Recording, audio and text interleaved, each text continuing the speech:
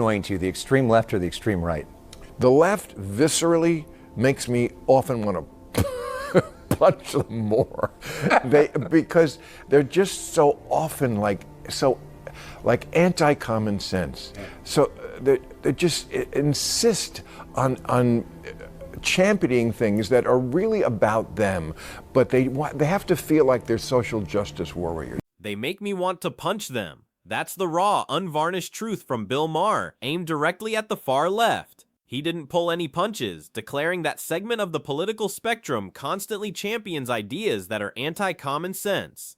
It's not about policy, he revealed, but about a desperate need to feel like social justice warriors, to be perceived as the good people, and the way they validate their own righteousness? By aggressively telling everyone else they're fundamentally flawed. This isn't just criticism, it's a gut-level reaction to what he calls a deeply self-serving ideology. The implications for the entire Democratic Party are absolutely devastating. Which people have, talked about. What's the nature of your relationship with him now? What's that like? Well, okay, well, first of all, the people who stopped watching my show because I had dinner with them are idiots, in my view. They just are. They're just right. Completely emotional because they're always asking the wrong question, which is like, oh, how dare you have dinner with Donald Trump? The question should always have been, what did I say after I had dinner with Donald Trump? Now, if after I had dinner with Donald Trump, I came back to this show and was seduced by that dinner, and stopped tearing him a new one every week, every time I thought he did something wrong, then you would have a case.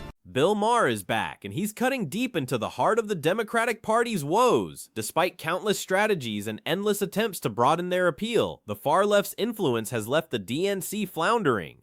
Maher, with his signature blend of brutal honesty and sharp wit, seems to understand exactly why their efforts consistently fall flat. He believes he's identified the core problem, one that continues to sabotage their chances with mainstream Americans. His insights lay bare a stark reality that many in the party refuse to acknowledge, and the consequences he suggests could be catastrophic for their future.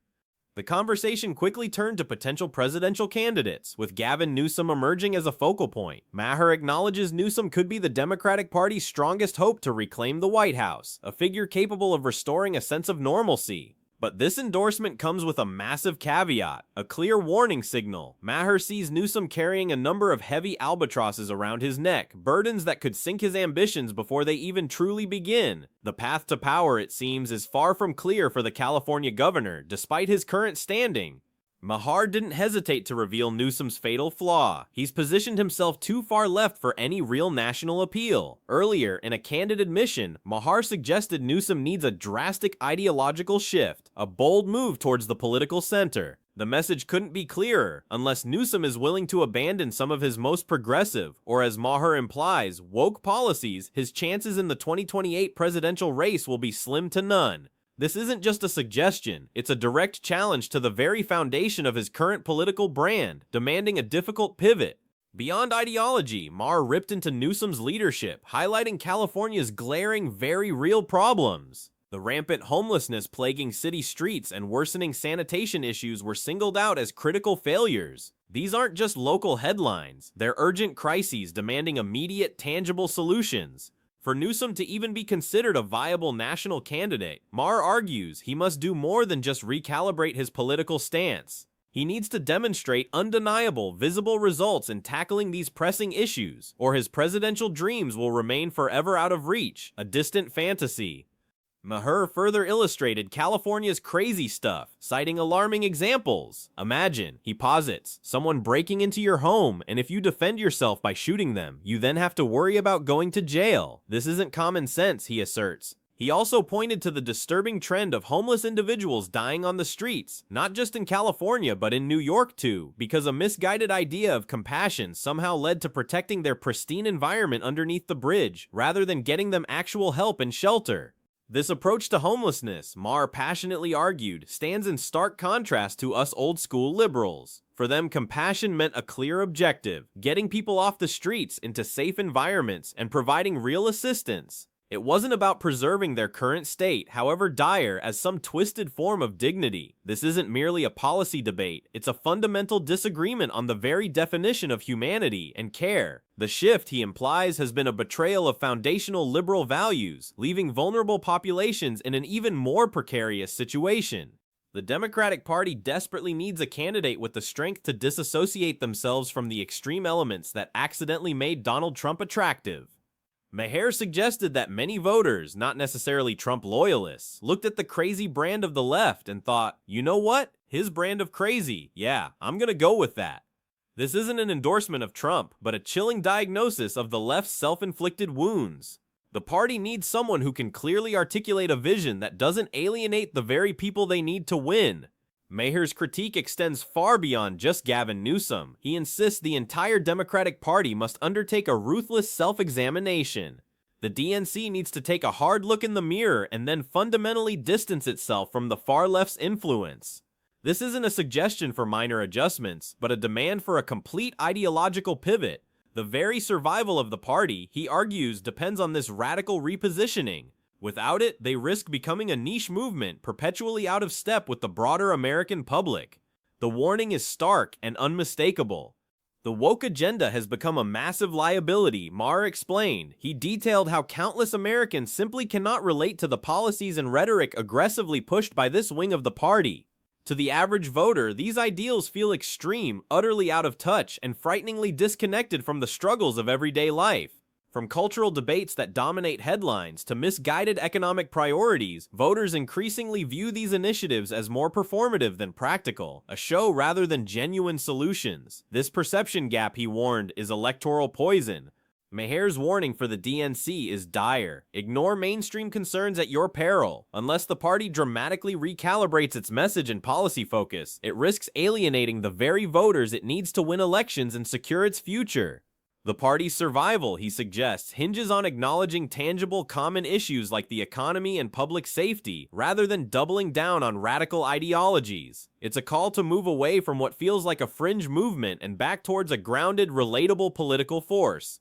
The choice, he implies, is existential. The discussion inevitably turned to immigration and the partial government shutdown over DHS funding, a fight Maher dismissed as utterly misguided. He pointed out that ICE and border authorities already possess the necessary funds. This isn't a strategic battle, he argued, but a self-defeating one. The Democrats' true leverage isn't in political stunts or funding standoffs. Their only real power, the singular path to influence and change, is to win the next election. Every other distraction, he implied, is a colossal waste of time and political capital, diverting from the main goal. Maher painted a bleak picture of the Democratic Party's current standing, highlighting their stark lack of leverage. Republicans, he noted, essentially control the House, Senate, and the presidency, leaving the DNC struggling to exert any real influence on major legislation or the political agenda. Their only viable path to regaining power is by winning over voters in the next election cycle. Yet Maher argues they are failing spectacularly in this crucial effort. He attributes this failure once again to the party's relentless embrace of woke politics, which many Americans view as extreme and out of touch. Historically, incumbent governments rarely triumph in midterm elections, meaning the Democrats were on paper poised for a strong showing. The political math seemed to favor them, presenting a prime opportunity to regain ground and strengthen their influence. Yet, Maher observed, anyone familiar with the Democratic Party knows their unfortunate tendency to squander even the most promising chances. Instead of capitalizing on voter dissatisfaction with the opposition, they often get entangled in internal debates and controversial policies, effectively alienating large segments of the electorate, turning potential victory into another missed moment. Then came the surprising pivot, Maher's controversial dinner with Donald Trump. He didn't hold back, slamming his critics as idiots for abandoning his show over a single meal. Maher argued these viewers were completely emotional, asking the wrong question, how dare you dine with Trump? The correct question, he insisted, should always have been, what did I say after I had dinner with Donald Trump? This fundamental misdirection, he believes, exposes a critical flaw in contemporary political discourse, where outrage trumps substance and perceived association outweighs actual action. Maher didn't just defend his dinner, he challenged the very premise of his critics' anger. He stated plainly that if after that meal he had returned to his show seduced by that dinner and ceased his weekly criticisms of Trump, then his detractors would have had a valid case. But he never stopped. He continued to tear Trump a new one every week whenever he felt it was warranted. His commitment to holding power accountable remained unwavering, regardless of personal encounters. This, he argued, proved his integrity, exposing his critics' shallow reasoning.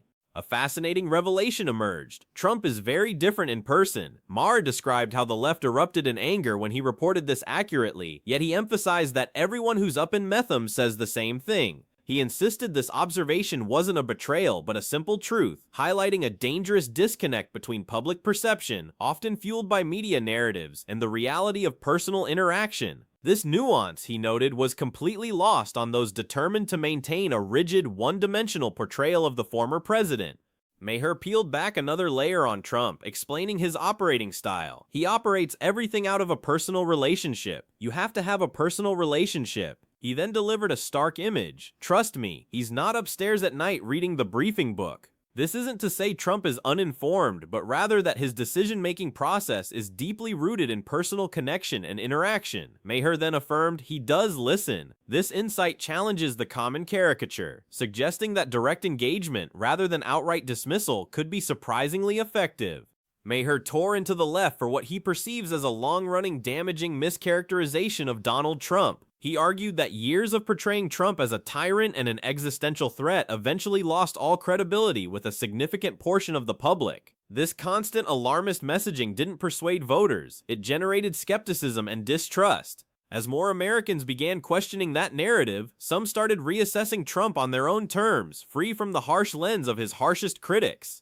Maher concluded that this very exaggeration inadvertently fueled Trump's enduring appeal. Maher then posed an uncomfortable question: what's the worst that could happen if the left genuinely engaged the right in an honest, substantive debate? He argued that a segment of the left is too emotionally invested in their positions, fearing that a strong counter-argument could expose weaknesses in their assumptions and potentially unravel their entire worldview. This reluctance to engage, he believes, leads them to retreat into ideological comfort zones, missing crucial opportunities to strengthen their ideas through intellectual challenge. The fear of being wrong, he suggests, paralyzes productive discourse. When pressed on which extreme was more annoying or dangerous, Maher delivered a nuanced but impactful response. He unequivocally stated the extreme right is more dangerous, citing their disregard for democracy, refusal to concede elections, and denial of climate science. These are fundamental threats, he argued, yet he admitted the left viscerally makes me often want to punch them more because of their anti-common sense rhetoric and obsession with being social justice warriors. Their need to feel like the good people by constantly telling everyone else they're bad is ultimately just annoying.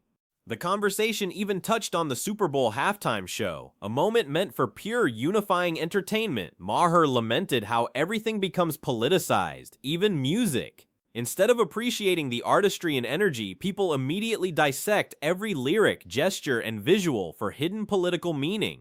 What should be a shared cultural experience, a brief respite from division, is instead transformed into another source of controversy and debate. This constant tendency to scrutinize performances through a political lens, he argued, drains the joy from such moments, reflecting a broader problematic cultural shift. Bill Maher's warnings coalesce into a single, profound diagnosis for modern politics, a crippling disconnect. He argues that when political parties ignore common concerns, actively silence debate, and cling to rigid ideological certainty, they inevitably alienate the very people they claim to represent. Whether it's through flawed leadership, incoherent messaging, or cultural overreach, voters are paying close attention. If the Democratic Party harbors any hope of recovery and competing effectively, Maher's message is clear. They must urgently reconnect with reality, embrace open dialogue, and prioritize tangible solutions over empty slogans.